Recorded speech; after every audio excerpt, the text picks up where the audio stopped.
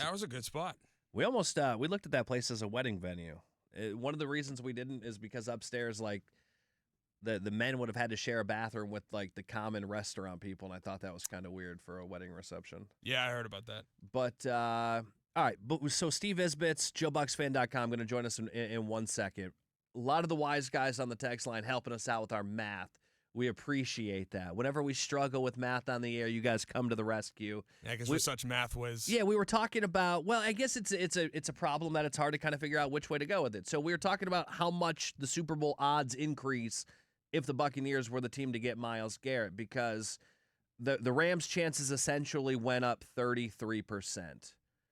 And if the Bucs were to go up 33%, the text line is letting us know they'd be around 3,300 plus 3,500.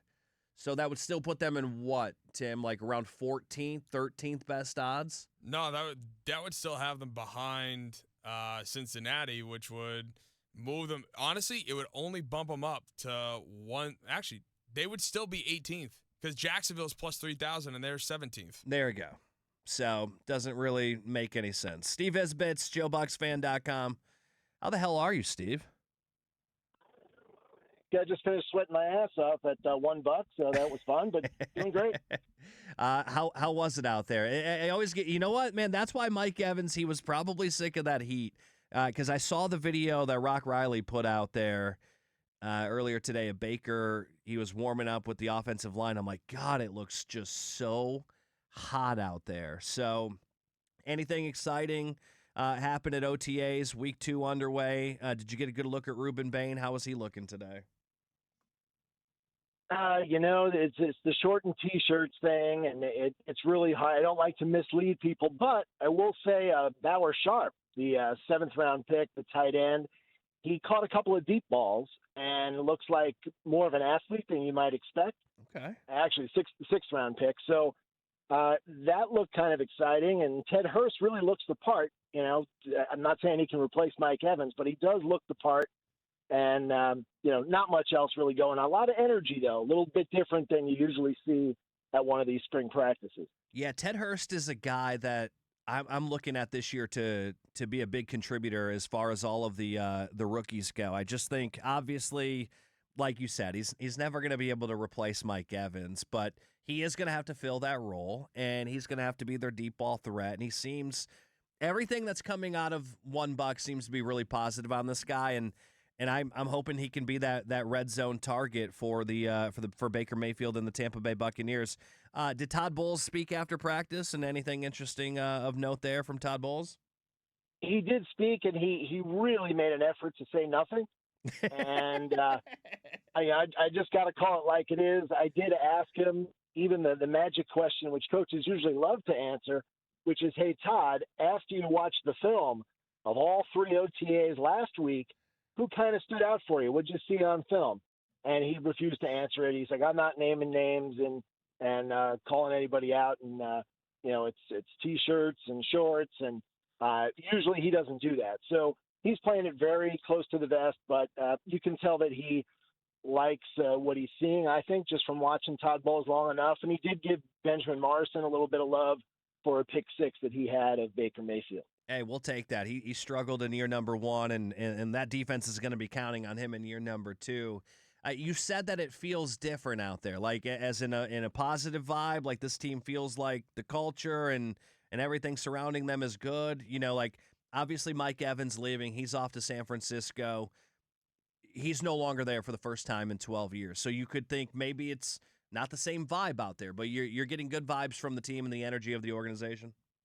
Oh yeah. A lot of energy, a lot of hungry guys in different positions in their careers and young players. And I think a lot of it comes back to the coaches because look, fans like to talk about, is it the personnel? Is it Todd Bowles? Well, the entire front office is back and Bowles blew out half the coaching staff. So there's a lot of energy from the coaches and combined with the new players. I think it is a good vibe going on. Steve Isbitts, JoeBucksFan.com, joining us on the Nick Wise Show. The Myles Garrett news broke yesterday. Your overall thoughts on the trade for the Cleveland perspective and also the Rams perspective? Well, I think it's a good deal for the Browns. Jared Verse is a hell of a player, and they've got him under 3 years of his rookie deal. So That's pretty special for a team that's trying to build. But, I feel bad for Browns fans who, when you suck for so long and then they get rid of your favorite player, that's just awful for a franchise. I don't care how you want to spin it. As far as the Rams, it sort of told me Matthew Stafford has already told them behind the scenes, 90% chance this is my last year, guys.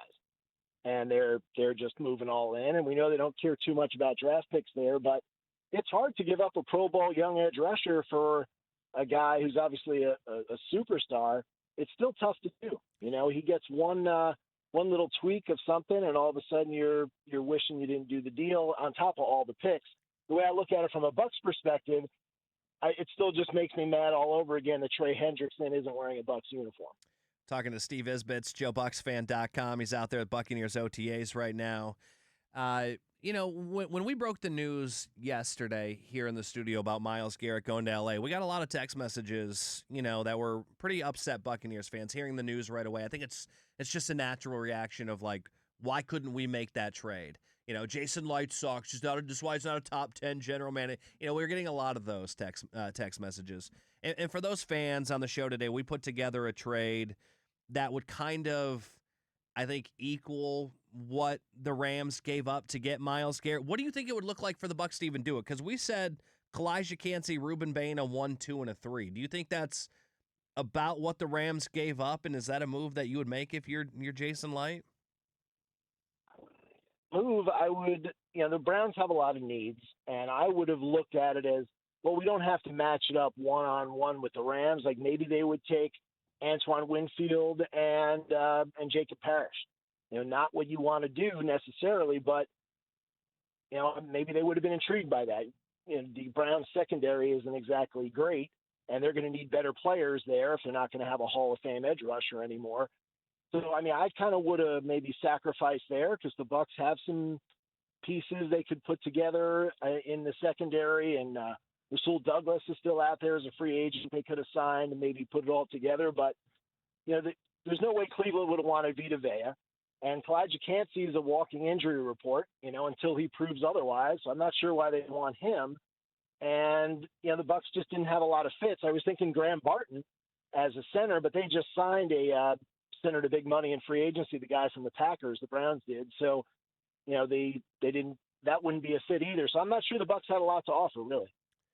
Yeah, it's just I feel like the Rams gave up, and look, you're going to have to give up a lot to get Myles Garrett, but they gave up a lot. I thought it was a good trade for both of the teams.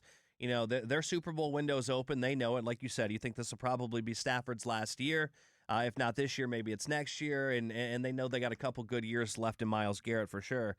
Myles Garrett sent, I talked about this earlier on the show, Myles Garrett, farewell letter to Cleveland right away. That came out yesterday. Mike Evans never posted it on his personal page, and we talked about this earlier on the show. Do you think there's something deeper there? Like, I want a documentary on this breakup here because I feel like we just don't have everything. Like, what do you think? Was it the organization? Was he upset with the fans? What happened there at the end, do you think, between Mike Evans and the Bucs, and why was there never a letter the same way that Myles Garrett wrote to Cleveland? Yeah, I saw you posted that on Twitter, and my first thought, actually, that's the first place I read it, and that's my first thought was like, man, Evans just issued a statement from his foundation, not even directly from him, and it was nowhere compared to the note by Myles Garrett. And look, the story goes very deep here. I asked Chris Godwin today, hey, what was that moment like for you when Mike, when you found out he was gone? And he said, I didn't believe it. He thought it was AI on the internet, and he texted Baker Mayfield to say, is this real? And my first thought was, well, Mike Evans has said he's your best, you guys are best friends, and you guys have been tight for 9 years. Why didn't you text him? Why, do you text a different guy? Why don't you text your best buddy? And why are you that surprised? If, it's all very strange. I mean, what I've been told is that it was very personal reasons for Evans, and it had nothing to do really with the Bucs.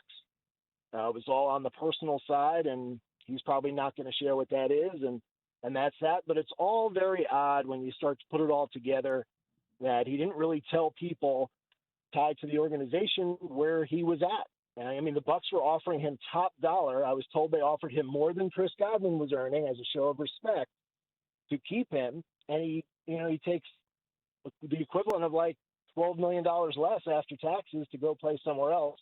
It's all very strange. Hopefully the truth comes out at some point. So it had nothing to do with the Bucs. Are you saying that it had something to do with Tampa Bay, the fans? What? No, all I was told is that it was very personal. It had nothing to do with the Bucs, just a very personal situation. What that is, I don't know.